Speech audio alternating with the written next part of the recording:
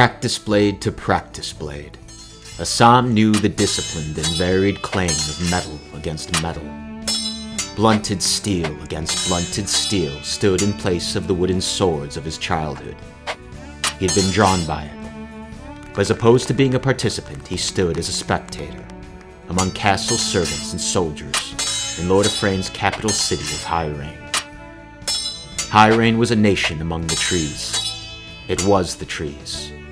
Great ancient behemoths wider and taller than many buildings. High within the massive trunks and up in the branches, the people of the Crescent lived. Interconnecting catwalks allowed passage between the 100 or more trees of the great forest.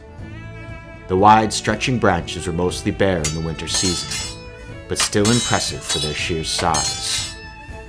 Husam stood somewhere in the center of it, in the hollowed-out stump of one of the fallen trees. Great portions of the outer trunk still stood, though the upper branches were long since gone, forming a huddled space protected on 3 sides. It was a gathering place still connected to all the other living trees that surrounded it. The Lady Celestine dueled with a fencing sword against the castle's weapon master. It was for her that the crowd and Husam gazed on in rapt attention. The matron's daughter was quick in her motions, and quick with the blade in her hand. She thrust her blade forward, and the weapon master parried with his own, returning an attack that she dodged deftly. The crowd surrounding Husam applauded. 2 years and a winter further had brought him here. Cold winds from the north had brought a harsher than usual winter, forcing a pause in the battles at the front. To the north his expected wife had gone, the Lady Susanna, off on one of her many charity quests. And Husam, a soon-to-be royal, found himself without a cause of pursuit, and awkward in its absence. He was a child of war, and that war had been halted. He didn't know what to do with himself. An open invitation brought him south and east, across the yellowed plains, to the patronage of the Crescent, and the golden-haired princess who shared a piece of her time there. Celestine stole a moment from the crowd. Her eyes flashed with pleasant recognition as they paused on Husam. She turned away just as quickly on a parrying blade. The striking sound of dueling swords echoed through the forest. Fair bastard. She was sweat and energy, shifting feet and flashing steel in sunlight, quick and competent. Her intense blue eyes and determined step held his attention. "Fair princess," he called back to her. "Pay attention," the weapon master cried to her with stern word.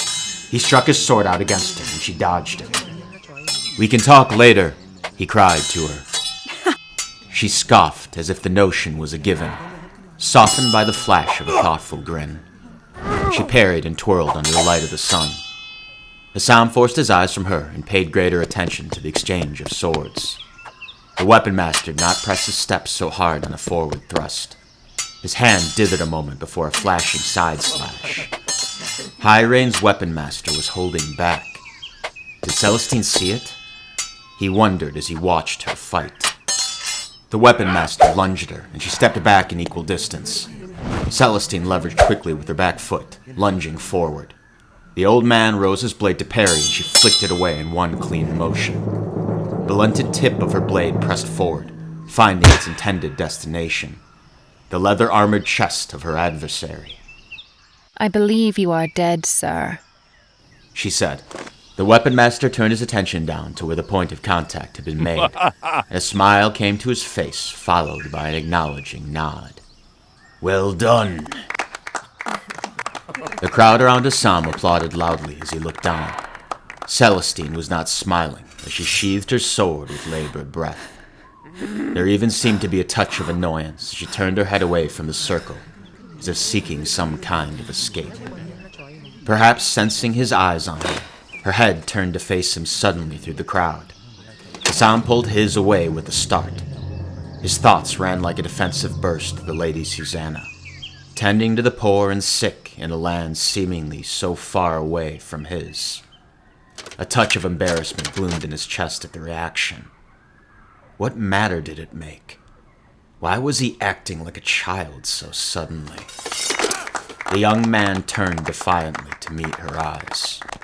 Fair bastard. Celestine cried as the applause slowly died away. The crowd of people parted ways at her approach, their curious eyes passing between her and Husam. "Fair princess," he replied again, though somewhat guarded. The whisper of a knowing grin rose to Celestine's face as she turned her attention to the crowd surrounding her. Leave us. She commanded firmly. "My lady?" the weapon master asked from behind. All of you, leave us. Do as I say. The weapon master stared, regarding the princess and the man so near to her.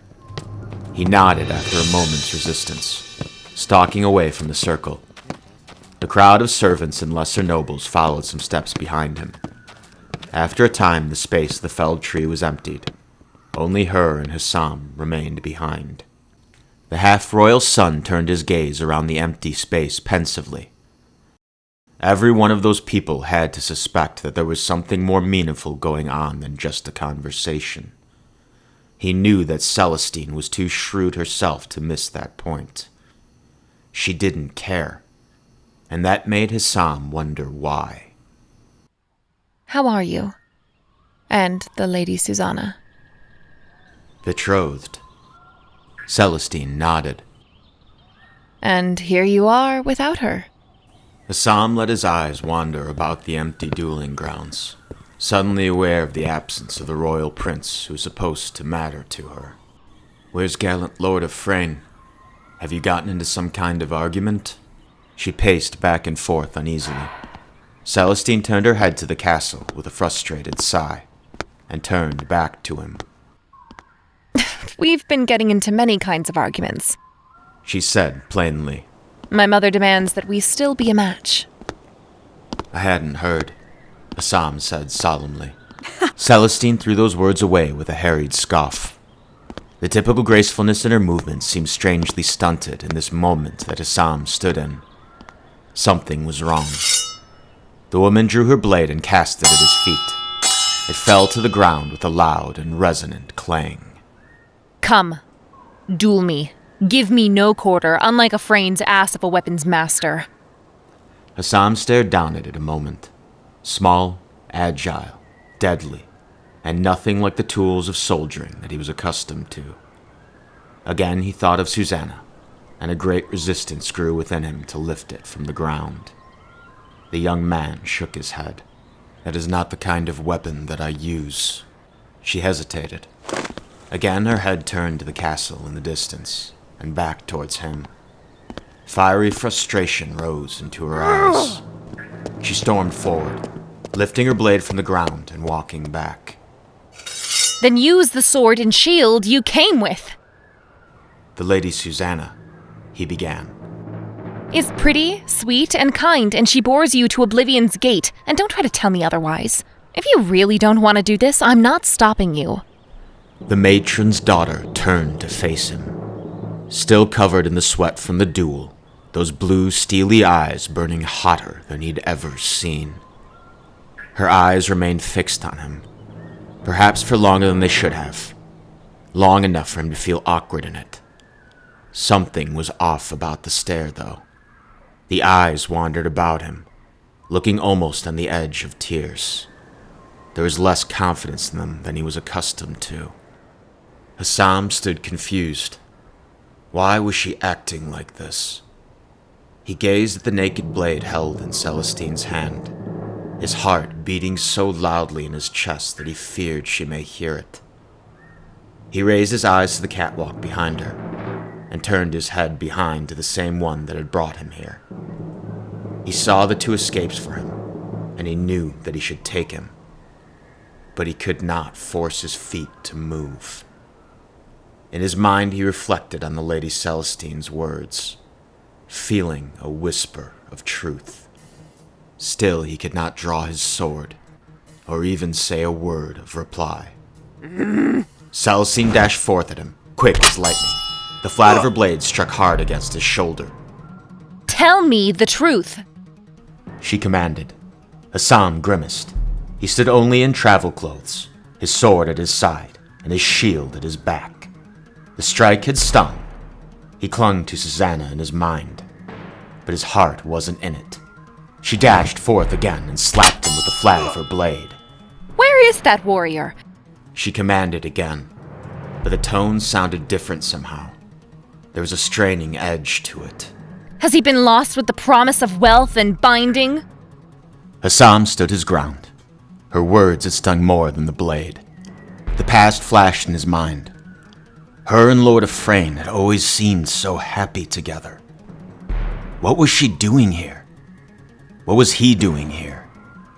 Anger found a place on the edge of his beating heart. He felt some truth in her words. It chafed him, but only a bit. His hand rested upon the pommel of his sword, and he refused to move it. She dashed out and struck him again. Her voice rose even stronger, the strain on the edge of it becoming more pronounced, almost desperate. I am Lady Celestine of the Scarlet Matronage, daughter of the matron Seraphina. What are you, bastard? Bastard. That title had always been something that he'd fought against, to push away into something more. She knew it, though it burned far less than when he was a child. Lady Celestine doggedly pressed for this duel. She was trying everything. If that was her intent, Husam meant to comply. He drew his sword, attracted by the fire in her words. "What is fucking wrong with you?" he barked. She struck at him again, and he deflected it. The half-blood royal reached for the shield at his back and drew it to his left arm, feeling the reassuring weight. A small smile of relief crossed her face, and it felt almost like pure sunshine. His heart thundered with growing vitality. He felt himself so impossibly drawn to her, like he always had. What she was doing, why she was doing it. His mind was scarce willing to properly frame those thoughts. She struck at him. He backstepped reflexively, buying that fraction of a second to raise his shield and block it. Celestine circled with a purposeful step in the large open space. She held her fencing sword up and at the ready. Husam matched her on equal part, shield held up in defense with his sword flashing behind it. You will not go easy on me, promise it. She demanded. He dove forward suddenly with a slash of his blade. She stumbled back, barely avoiding it. "Will that work for you, princess?" he asked her. Celestine recovered quickly, carefully keeping her distance as Husam pursued her. It just might, she said with a warming grin. Her eyes ran to Husam and the naked blade in his hand. She shifted on her feet quickly, flashing out with her blade. Husam repelled it with his shield and parried a quick following thrust. He responded with a downward slash, forcing her to back away. In the space between them, they trod a careful circle, both their eyes intent on the other. Both sought an opening, while careful and engaged in the exchange. The touch of a grin rose to Husam's face. This was good. This felt right. "What are we fighting for, princess?" Do you love her? She spoke so plainly that it shocked him. "What?" Celestine flashed out with her blade. Husam sidestepped. He raised his shield and shoved back against her. She grunted and flew backwards a pace, still managing to find her feet. Do you love her? She repeated her words as the intensity of her voice rose. He knew who she meant. Susanna, his betrothed. In the moment he realized how little doubt there was in the answer. "No! So what?" A soft grin spread across her face, followed by a thoughtful pause. Husam saw an opening and swung forcefully at her. She danced away, higher and faster than he'd seen before. He watched her cautiously, wondering why she hadn't pressed the attack. Well beyond the range of his blade, she turned to him. Her eyes shone thoughtfully, fleeing to him and inward to whatever was coursing through her mind. Husam held his ground with shield up and sword at the ready behind it. And what of me? Why are you here? Husam stared at her incredulously, His mind dashed to the party following his first return, her arm wrapped in Lord Efrain's, her attention so completely taken by him. He remembered how hard his attention was drawn to them, and the anger it gave him. He knew she knew how it had affected him. "Have you ever cared for that answer? Or is this just another game?" he yelled. Her right sword arm faltered in a sloppy thrust as disbelief flashed across her face. Husam parried it easily and attempted his own attack as she backed away quickly. Is that what you thought? She asked in a breath. Husam stared back at her with equal disbelief. She had to have understood what she had done to him. "What else was I supposed to think?" he asked, making a measured charge against her. She dodged and backstepped some space from him. Is that truly what you thought? She replied. It was always questions from her and never answers. He was done with it. He was done with all of it. Husam lowered his shield, hanging loose at his side, sword hanging by his other hand. "No more questions," he said sternly. "From me or you. Just give me answers. Give me an answer." Celestine brought her sword up fast as lightning and thrust at him. Her blade stretched outward, finding its intended mark. Husam stumbled backwards, dropping his weapon to the ground with a clatter as he clutched at his chest and dropped to a knee. The pain burst outward and lingered, the betraying act transforming its character beyond the physical. It had been a game. This whole talk, the rising hope in his chest, it had all been a ploy to make a proper opening. A truer anger rose in his chest, tainted by a touch of despair. "That was a fine manipulation, Harridan," he grimaced. "The finest act of horseshit I've ever heard. You certainly earned that opening to strike." But Celestine wasn't celebrating, or smiling. The dueling space was still empty, and she stood motionless before him. Her eyes were solemn and rested completely on him. She dropped her sword to the ground as her head slowly shook. Efrain is a self-centered ass, Husam.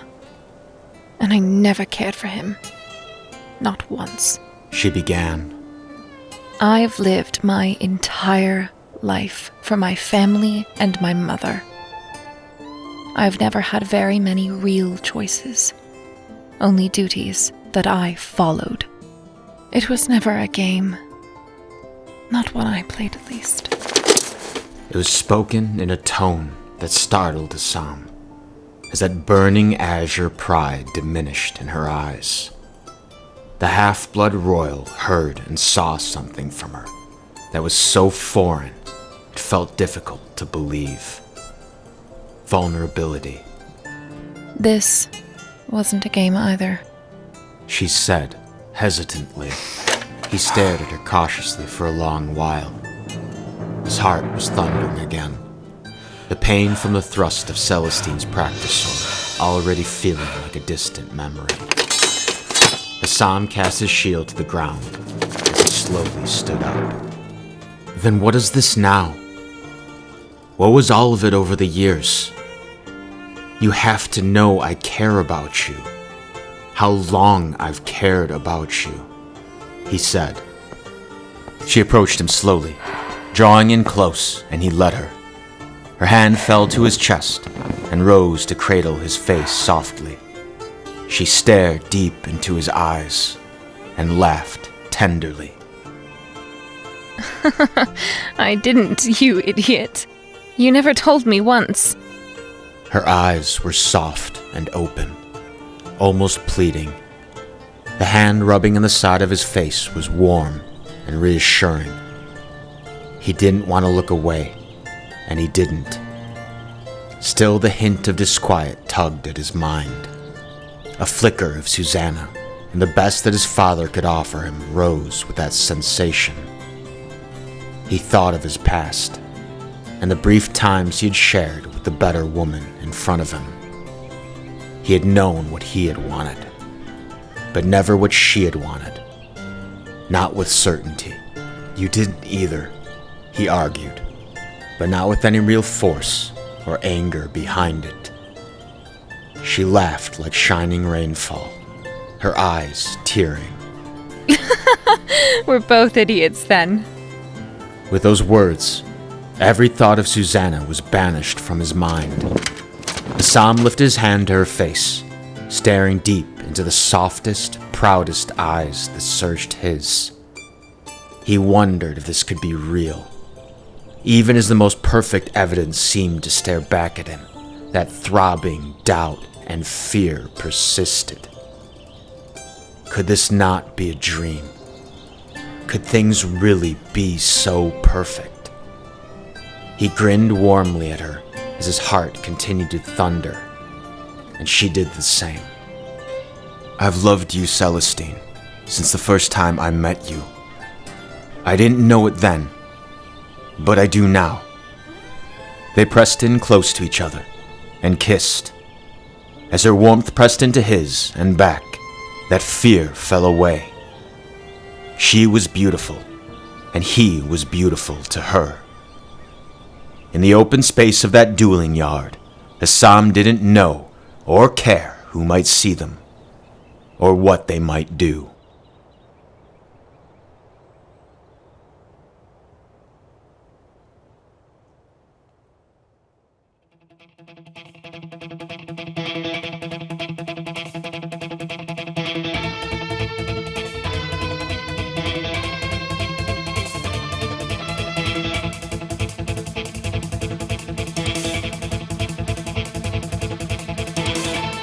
An irregular cacophony of noise assaulted. There was screaming and monstrous roars, rushing feet, the clanging of steel, and the whistling winds racing through the mountains. There was movement, so much movement, everywhere. But Husam focused his attention on the one space of light in front of him. The 6 wagons making up their caravan stood in a circle, as the fire burned in the middle of it. He could see people rushing to light torches. Freeborns, merchants, and the soldiers took up spears. Between him and them, a giant goblin stood, at least 3 heads taller than anything he'd ever seen. It was green, pointy ears and tusks, dressed in the jagged metal armor of its clan. In its hands it held a massive 2-handed axe, and it was marching towards the caravan. A goblin warrior. It had to be one. Though Husam had never seen one before with his own eyes. It was flanked by 2 other churros, and a host of small snickerlings scampering around. Remember! Kill them! Kill all of them! The great beast roared. We finally eat tonight! Husam roared as he charged towards it. The closest churro turned to him, with snarling teeth that raised a club to strike at him. The young man blocked, slashed, and kicked. A movement in his periphery caught his attention. Instinctively, he dodged back as his great axe came thundering down. It missed him by a breath. He dodged low as the great hunk of metal lifted and swung, screaming deafeningly. A deafening roar echoed through the mountains. The goblin warrior was upon him. The beast swung at him and he dodged back. Husam's awareness shrank down to a small circle. The caravan disappeared in his mind. The mountains and storm clouds ceased to exist. All that remained was the monster before him, and any other small thing that might draw close enough to attack him. The warrior swung its hunk of sharpened steel. The young man dodged. It charged into it and rolled back with the force of it. Husam was up, a green body at his back. He plunged shining steel into it, hearing a scream. He dodged and weaved, the great axe coming forward, the immense hands on the hafter.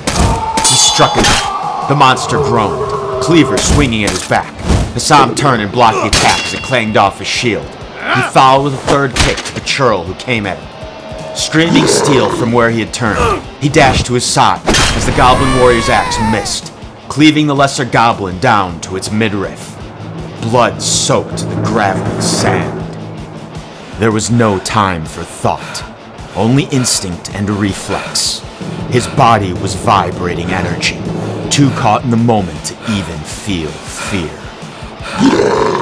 Stand still, you fucking sunraker!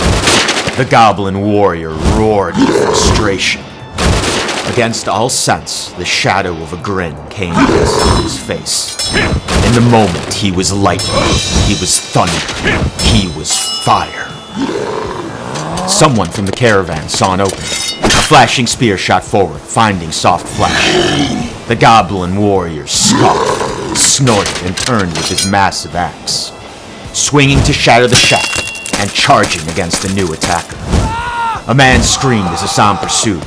He saw an opening and took a risk. The goblin warrior had armor on his chest, but not on his legs. The bastard's son dove in low and plunged his sword into soft calf muscle.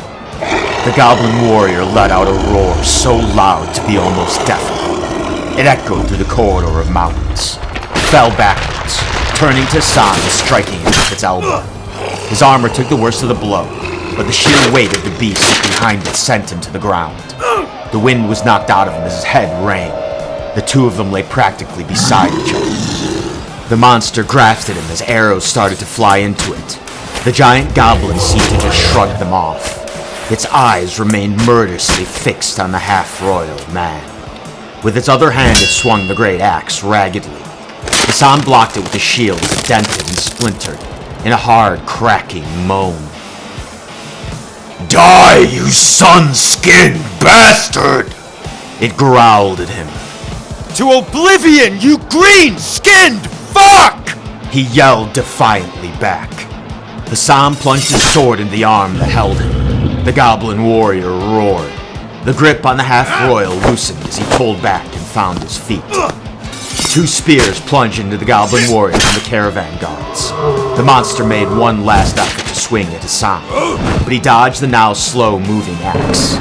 He lifted his sword and cleaved it against the beast's neck, severing it. The great monster's body went still, defeated.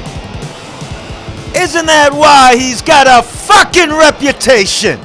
Levi cried with excited eyes upon the fallen foe. He held his spear and shield in shaking hands. The first of the battle was done. His greater awareness of things came back to him. Everything seemed slower suddenly. He was panting. His body was aching. The caravan still remained, the light from the fire and lit torches. There were people staring at him with a look of surprise. A whistling arrow shot through the air just past the bastard's son. A near churro clutched his throat, backstepping and faltering as the club fell from his hand. Bonifax stood with his bow and saluted Husam as he approached those who remained in the party. Constable Galoir stared at him stern and studying. His eyes fell from the young man's face to the blood-stained sword in his hand and the exposed guard at his left. "You seem to have fought a goblin warrior, half-son of Roland."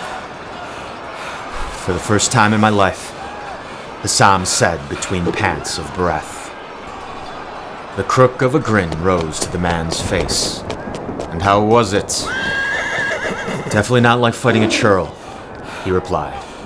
The memory stood of those jolts of lightning coursing through his veins. His words were an understatement. It was as frightening as the constable had said it would be. Thomas Galois nodded knowingly. He gestured just north of the caravan, into the darkness. A louder roar could be heard just above the sound of fighting. "Do you hear those barking commands? There's at least another one out there leading the raid. We kill it, and I'm pretty certain this whole attack will fall apart." The suggestion in the constable's words was apparent enough. Husam nodded to the order. "I'll take Levi and Barnabas." The constable shook his head. "You'll take more than that." He turned to the guard at his side. "Bonifac, go grab Delena." The guard hesitated, looking at the older man fearfully. "Constable, are you sure?" "Do as I command, you piece of shit," he barked. The arrowman hesitated again, grimaced, and nodded, running off and into the crowd of hectic movement to get the other soldier. Husam looked the constable over cautiously. This was a true risk, and he knew it. "That only leaves you 2 guards," he said. An appreciative grin rose to the man's face. "1. Derek came back alone, and he's mine. The Freeborns are holding their own, even those damn way follows. Sometimes an attack is the best defense, especially against goblins. There was stern confidence in the man's voice, and clear sense in his words. What was the man doing here? Husam wondered again as he nodded his acknowledgement. Aye, Constable. The knowing smile widened across the man's face as Bonifac returned with Magdalena. He ordered the pair of them into the quick-growing militia. The constable cast a quick, worried glance to the far side of the circled wagons. Time to prove your reputation, half-son of Roland. Thomas Gallowar ordered the young man. Go do your trade, Demon Slayer. I'll have the others. The young man stood his ground with studying gaze and nodded slowly. Aye, Constable, he replied, turning out in the darkness of the night. The four followed with Husam, at first hesitantly, but the strength of their movement grew as they gathered together. He scanned the four of them a moment as he lifted a shield up from one of the fallen. It was fine to be scared, as long as it didn't stop them from protecting the caravan. Husam felt good. He felt alive. He felt better than he'd ever been since his banishment. The young man found himself grinning as his body shook with the bright energy. He gripped firmly at the well-stained sword in his hand, eyes peering hard into the night. Wisps of green skin and screams echoed through the mountains. Time to bring pain to these muckbackers! Levi cried, his shaking battle scream. Husam had the experience to know what it really was. A man seeking to chase away their own fear. That had been something he'd always done privately. As winds stormed and thunder rumbled, they charged out into the night and the greater conflict. There was a battle to be won, and people to be saved.